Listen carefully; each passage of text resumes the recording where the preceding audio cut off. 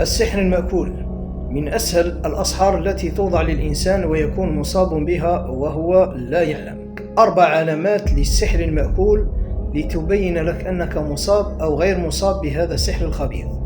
أولا، أن يكون لديك انتفاخ في البطن مع غازات، يعني تأكل ولا ما تأكلش بطنك منفوخ وعندك غازات.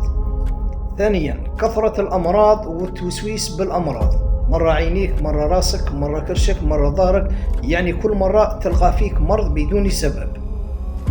ثالثا، سقوط بسرعة في الوزن أو سمنة مفرطة في الوزن وبسرعة وبدون سبب أو مؤشرات.